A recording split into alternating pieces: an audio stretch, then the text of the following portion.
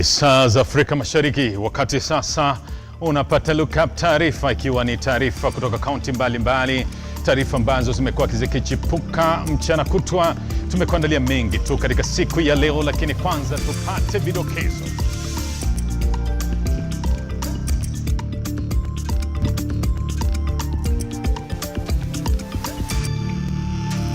Seneta Omtatah pendekeza kufungwa kwa viongozi wa mamlaka ya udhibiti wa kawi Epra kwa kukiuka amri ya mahakama ya kutotekeleza sheria ya fedha.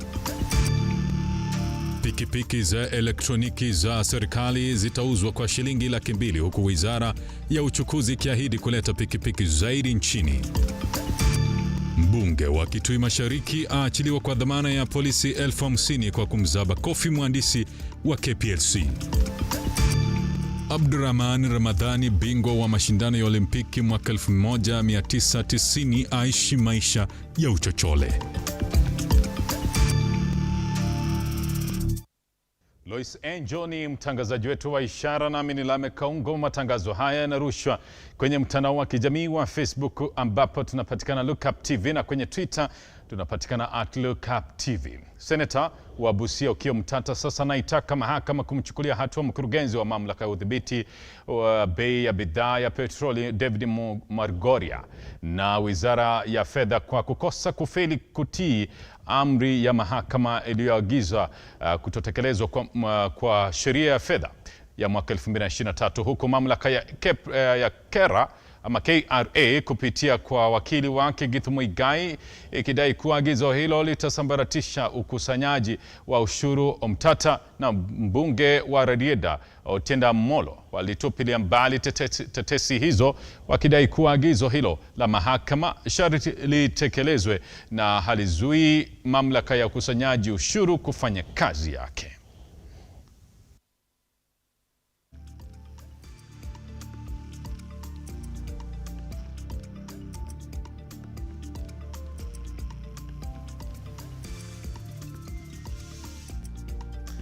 Na kwingineko ni kwamba benki ya KCB ikishirikiana na washikadau mbalimbali wamezindua pikipiki zinazotumia umeme katika juhudi za kupunguza athari za mabadiliko ya tabia nchi. Pikipiki hizo zilizozinduliwa na rais na waziri wa uchukuzi Kipchumba Murkomen zitauzwa kuanzia shilingi 200,000. Tupate taarifa hiyo. Akizungumza katika uzinduzi huo, mkurugenzi mtendaji wa benki hiyo Paul Russo alisema kuwa uzinduzi huo ulikuwa sehemu ya mradi wa miaka 6 ya kuhamasisha matumizi ya umeme katika sekta ya uchukuzi, ambayo ungetengeneza ajira mpya kwa vijana pamoja na wanawake nchini. You are also addressing climate change, you are addressing a number of investments. Because we will also then be able to generate new businesses and new operations. We must also work with counties, and we must also work with the national government. The good thing, and I preach this a lot, we have to make sure that we come together, all hands on deck, if we are going to deliver these solutions. If you are going to leave it to one party, it won't work. A bank cannot deliver on its own. Neither will national government or county government. But today demonstrates what KCB Foundation, Uniter, and Machakos County can do with that circle. And for me, that is what we should celebrate. Waziri wa uchukuzi Kipchumba Murkomen aliupongeza mpango huo, akisema ulikuwa pamoja na ajenda ya serikali ya utumizi wa nishati safi ili kusaidia kupunguza athari za mabadiliko ya tabia nchi. I am delighted to officiate this very important e-mobility function that involves training of the border riders. This auspicious event comes shortly after His Excellency the President launched the Border Care and Training Program, an event that signifies the government's interest in stimulating various industries to transition to climate-smart solutions as we seek to combat the harsh realities of climate change in our country and the region. Championed by the Central Bank of Kenya, we are glad that the financial sector has made commitment to the country to address climate change, including recommendation for consistent disclosure that will help financial market participants understand their climate-related risks. We are happy that these commitments are creating sustainability and employment in the transport sector while improving Kenya's attractiveness for green financing. Haya yanajiri baada ya Rais William Ruto kuzindua rasmi mpango wa Boda Care wa kuhamasisha na kuwezesha waendeshaji bodaboda kufuatia marekebisho ya serikali ya bodaboda wa mwaka wa 2022. Juliet Chepkoech, Lookup TV. Na mbunge wa Kitui Mashariki Nimrod Mbai hii leo amejisalimisha kwenye kituo cha polisi cha Kitengela kwa mashtaka ya kumdhulumu mhandisi wa kampuni ya umeme ya KPLC eneo la Kitengela. Mbunge huyo aliachiliwa kwa dhamana ya 50,000 na anatarajiwa kufikishwa mahakamani tarehe 11. Tupate taarifa hiyo. Asubuhi na mapema leo hii, mbunge huyu wa Kitui alijisalimisha katika kituo cha polisi cha Kitengela na kuandikisha taarifa yake kwa mkuu wa upelelezi wa jinai DCI na kuachiliwa kwa dhamani ya shilingi 50,000.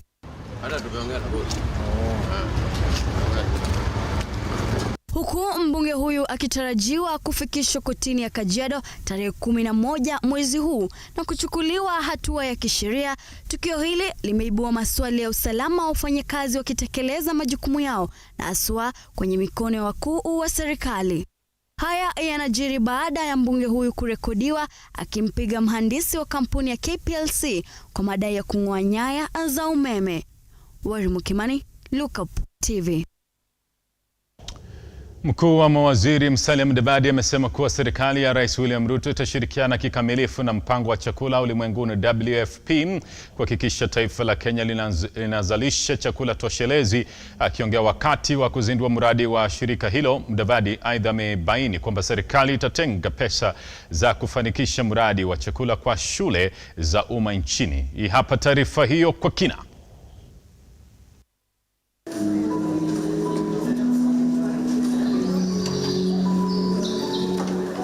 It is now my singular and great pleasure to unveil this new WFP Kenya country strategic plan. I urge you to finalize the identification program activities and commence implementation with the assurance of a strong partnership from the government of Kenya. I believe WFP's supply chain capacities is one of the strengths that we need to leverage. As we support each other to build local supply chains and infrastructure, you have the commitment of the government to continue maintaining Kenya as a supply chain hub through which you can effectively support the region. Incidentally, the excellent working relationship between WFP, the Kenya Ports Authority, and the Kenya Revenue Authority enabled last year's transiting of about 250,000 metric tons of cargo through the Mombasa port, supporting Kenya, Uganda, South Sudan, Rwanda, Burundi, Eastern DRC, Somalia, and occasionally Tanzania. We have talked of a program that is being developed. It's not yet mature, but it is in the works, block by block. That is food for debt swap, which I'm sure some of you will be conversant with. That again is going to help. The strength and support under the school feeding program is something that we can look at. Kenya, through partnerships of this nature, can transform Kenya into the logistical hub for the region. I would like to take the opportunity to highlight to our new invited guests that WFP is launching in this workshop its new country strategic plan. It's our second generation country strategic plan, so for short, we've been calling it the 2G CSP.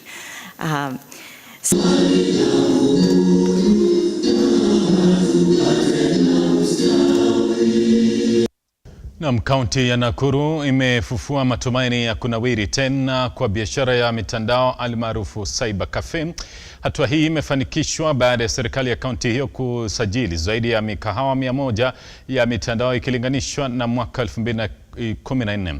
Aidha, vijana wengi wamejitosa kwenye biashara hiyo kama njia mojawapo ya kujichumia riziki. Tupate taarifa hiyo. Wanjiku, Benson Kungu na John Kamau ni baadhi ya wakazi wa kaunti ya Nakuru ambao wamefaidika na biashara ya maeneo ya mitandao almaarufu cyber cafe.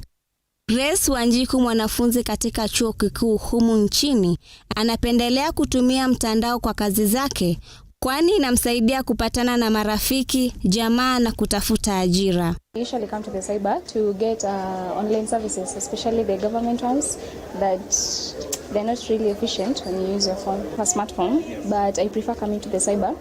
One, because you'll be less distracted here by the apps actually, and you get adequate assistance from the people who work here. And it's broad actually when you use cyber compared to using your phone. I have a smartphone, but I really prefer doing my services here at a cyber because when you get some assistance, and then it's cost effective actually, it's economical, and it's really convenient rather than using your phone. Kulingana na Stella Mudhoni, biashara hii ya maeneo ya mitandao imevuma mno kwa sababu ya kuongezeka kwa ada za mitandao kwenye simu za rununu. Natumia apps zenye hata siwezi access kwa simu, naweza hapa kwa computer. I prefer using cyber compared to smartphone. Juu hapa kwa cyber I'm focused with what I'm doing. Si kama kwa simu unaweza kuwa distracted by some apps like WhatsApp, chatting, Facebook, Instagram.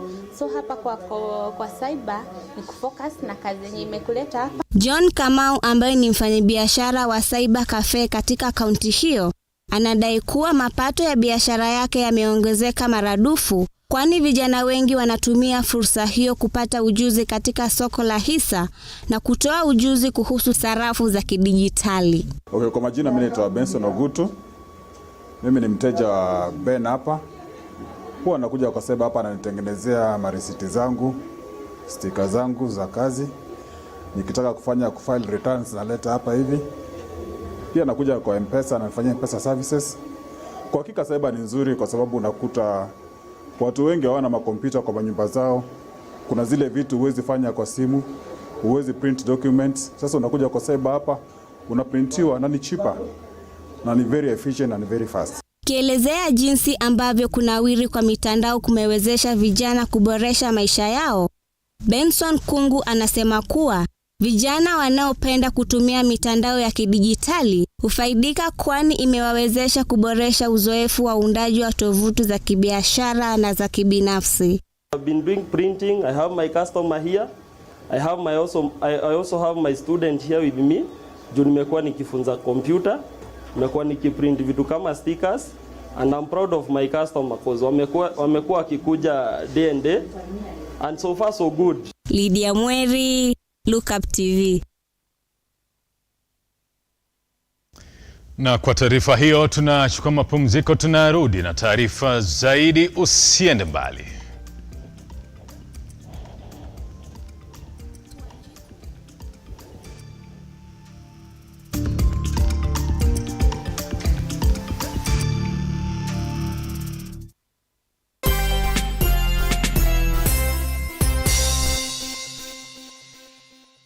The future is hands-on, and Sensei College is at the front line of technical institutes in Kenya, offering practical and skill-based courses accredited by all concerned bodies, TVETA, NTSA and NITA. Sensei College offers driving and plant operator, cosmetology, fashion and design, mechanics, hydroponics and irrigation, installation, building construction, hospitality, photography and video production, electrical and electronics repairs, and ICT courses. Get free plant operator training training when you enroll for plant mechanics, free driving when you enroll for motor vehicle mechanics, and free riding when you enroll for motorcycle mechanics. The requirement is an ID only, with intakes every first week of the month. We have 2 campuses in Nakuru and Nairobi. We provide meals and accommodation. Sensei College. My skills, my future.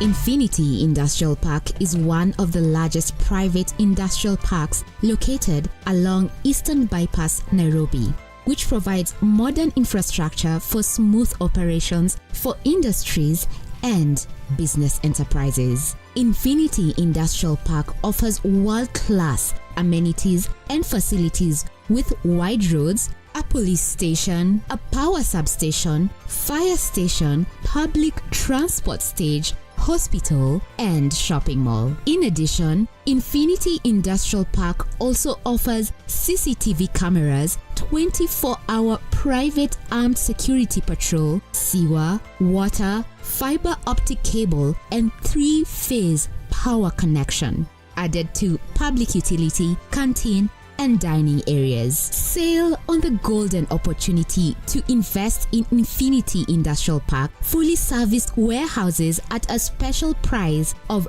3,569 Kenyan shillings per square foot. For more inquiries, visit our website infinityindustrialpark.com.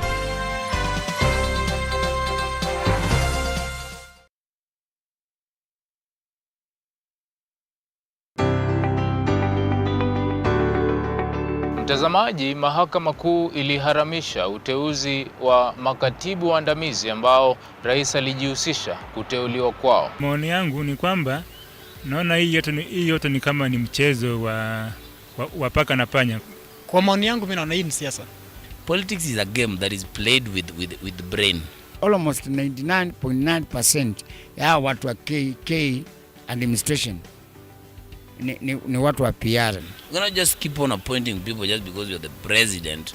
Hiyo ni kitu ambaye haitaki hata elimu, ni common sense. Au wengine wenye umebaki waende nyumbani wafanye kazi wenye walikuwa wanafanya. Swali ni je, ni rais anachezea wa Kenya ama ni mahakama inachezea Kenya? Jina langu ni Wamba Wahisi na haya ni makala ya bunge la wenyeji.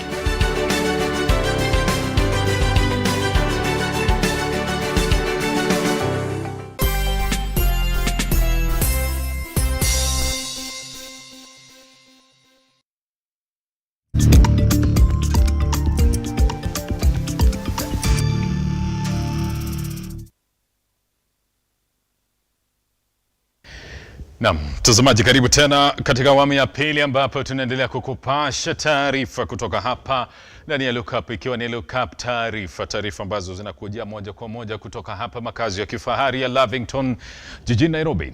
Tunaendelea na taarifa zetu ambapo hii leo imebainika kwamba mhubiri tata Paul Mackenzie wa kanisa la Good News International ambalo limehusisha na mauaji ya mamia ya Wakenya sio mumiliki wa shamba la Shakahola ambapo makaburi ya halaiki yanazidi kufukuliwa. Kamati ya Seneti inayochunguza mauaji hayo imeelezwa Mackenzie ni mmoja kati ya maskwota waliovamia shamba la Shakahola ambalo stakabadhi zinaonyesha linamilikiwa na kampuni ya Chaka Ranch yenye wanahisa 50. Henry Tende ana maelezo zaidi.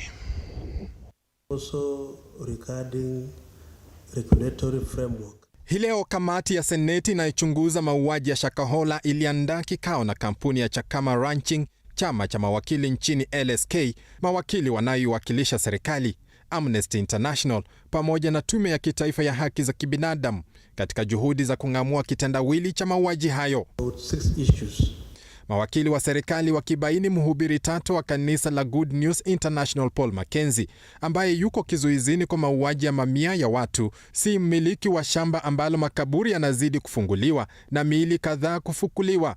Mawakili wakibaini Mackenzie pamoja na wengine walivamia shamba hilo na amekuwa akiishi hapo kama squatter kinyume cha sheria. There were squatters on the ranch and we therefore held discussions with the contributories of the company who assured us that they would look into the issue with a view of reaching an agreement on the relocation of those squatters. Stakabadhi zilizopo zikidhihirisha shamba la Shakahola ni sehemu ya shamba la Chaka Ranch ambalo linamilikiwa na kampuni ya kibinafsi ya Chakarama Ranching Company yenye wanahisa 50. This committee can give me time. I can be able to avail information in regard to the case that was filed in Malindi and any other information that this committee would need. I can be able to avail it on Monday. Ikifika mbele ya kamati hiyo ya Seneti, Tume ya Kitaifa ya Kutetea Haki za Kibinadamu imetaka uchunguzi wa kina kufanywa kuhusiana na Mackenzie na wafuasi wake, ikisema mauaji ya Shakahola ni ukiukaji mkubwa wa haki za kibinadamu. We call upon the Cabinet Secretary for Interior and Coordination of National Government to sanction all security officers and national administration officers under whose care this happened, and their acts of commission and omission that would have aided or facilitated this massacre. And we ask that they be charged with criminal negligence. Muungano wa mawakili ukipendekezwa kuwekwa sheria za kudhibiti matendo ya viongozi wa kidini kuzuia kutokea tena kisa kama hicho.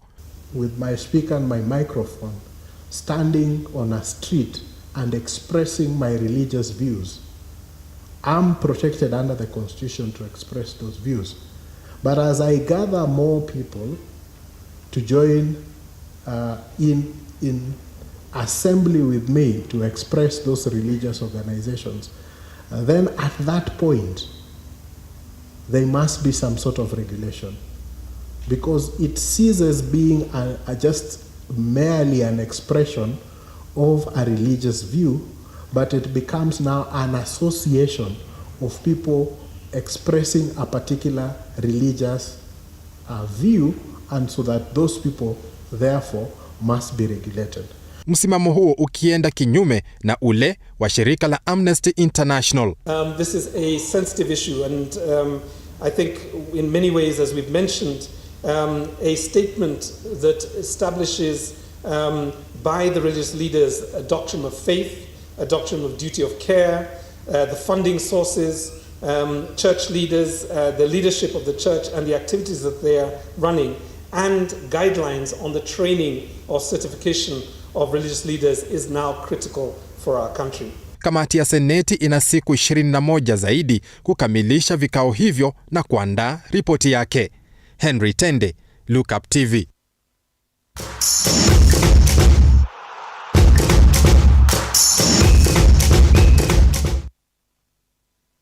Na kampuni ya ubashiri ya Omtatah imetoa udhamini wa shilingi milioni 15 kwa timu ya taifa ya kinadada ya mpira wa wavu Malkia Strikers. Kampuni hiyo ya ubashiri imerejea kudhamini timu hiyo baada ya miaka mitatu ya ukame. Aidha, Malkia Strikers inajiandaa kuelekea nchini Morocco kupokea mafunzo zaidi kabla ya kushiriki kombe la Afrika mwezi ujao. Felix Solana ana mengi zaidi.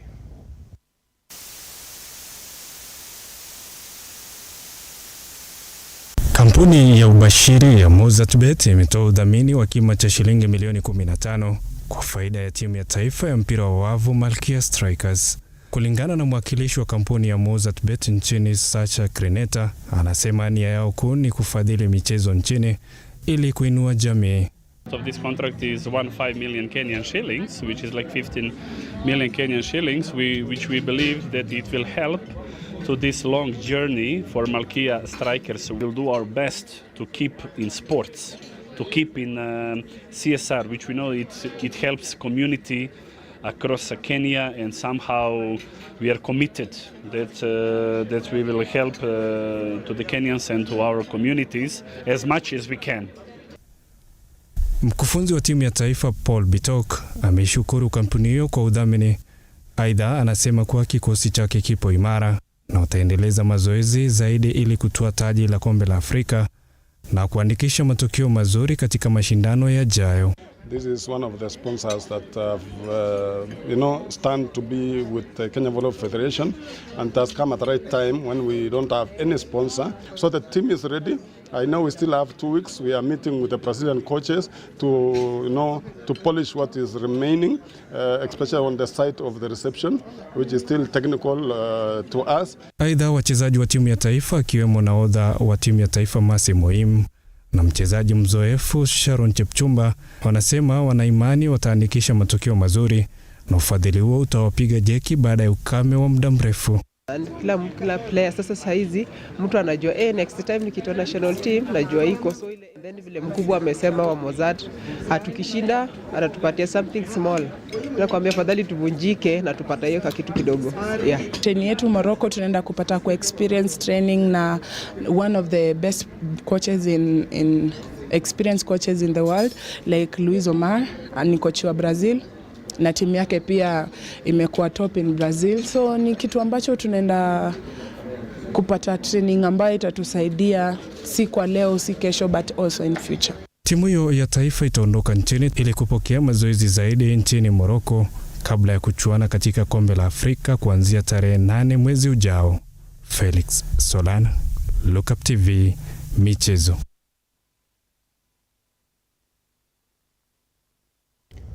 Abdurrahman Ramadhani alimaarufu Kapsi, bingwa wa mashindano ya ndondi ya Olimpiki ya mwaka 1990, ni hivi sasa anaishi katika maisha ya uchochole katika mtaa wa Banda wa Majengo huko mjini Nanyuki katika kaunti ya Laikipia. Bingwa huyo anafanya kazi ya ulinzi ili kupata riziki. Mwanaspoti wetu Robert Chacha anaangazia makala hayo. Kwa hivi sasa bingwa huyo anafanya kazi ya ulinzi katika harakati ya kuchuma riziki katika mtaa wa Mabanda wa Majengo ulioko mji wa Nanyuki katika kaunti ya Laikipia. Ramadhan ambaye ni mwanabondia wa zamani anasema kuwa alifuata ndoto yake ya kuwa mchezaji wa ndondi, huku wakati huo akiwa na matumaini ya maisha mazuri katika siku zake za usoni na vilevile katika siku zake zijazo. Ila kwa sasa matumaini yake yameingia jongoni. Nimezaliwa Majengo, hata kulelewa nimelelewa Majengo. Hata mchezo wangu unaona ya boxing nimeanzia hapa Majengo Nanyuki. Kufuatia maisha yake duni imewafanya jamaa na marafiki kutenga jambo analolisema linawavunja moyo vijana wanaonuia kucheza mchezo huo, huku akiomba serikali kuwakomboa na michezo kutoka lindi la umaskini kwa kuwekeza zaidi katika michezo mbalimbali. So si tukigrow tukijua ni champe, time yake alifanya vizuri kwa hizo michezo alikuwa, lakini ile maisha anaishi haireflect hiyo maneno yote yenye tumekuwa tukipewa story. Sababu for now anafanya kazi ni watchman. Ukiangalia pia hapa Kenya unapata mashujaa wengi wanakuwa hawadhaminiwi, hawapatiwi kipaumbele, manake unaona hiyo talanta yake. Saizi kama angekuwa amepewa kazi ya kufunza ngumi, saizi tungekuwa na hizo au vijana wakipiga ngumi, na pia wangekuwa wanainua bendera ya Kenya juu kama venye tulikuwa tunajulikana Kenya sababu ya ngumi.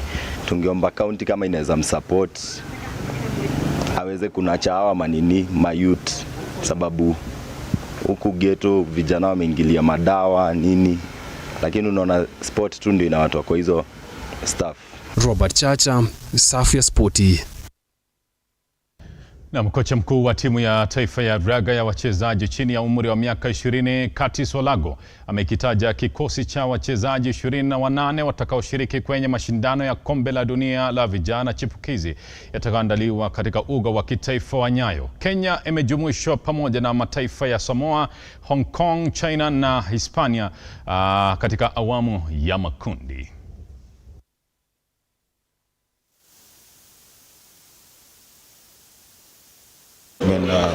Got some coaches who have come to help. Coach Labib from the Storm has just come to help. Coach Carlos, over my colleague at Simbas, also come to help the set pieces. We put the boys under a lot of rigorous work, and we know it's going to pay off. A few new faces just to combat what you're going to face, because you know what you're going to face in terms of physicality and skill level. So we're just being new guys in just to combat that physicality and all that. But all in all, we keep the same flavor, the Kenyan flavor of playing style, and we know we know you're going to do well.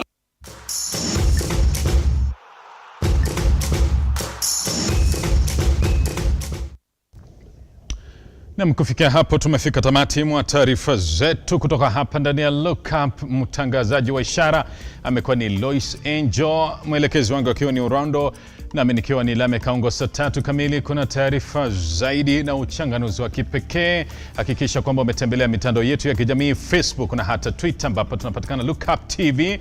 Ujumbe wako ni muhimu sana katika kuboresha mawasiliano, maana tumefanya hayo kimakusudi kukupatia nafasi ya kuweza kusema nasi. Usiku mwema.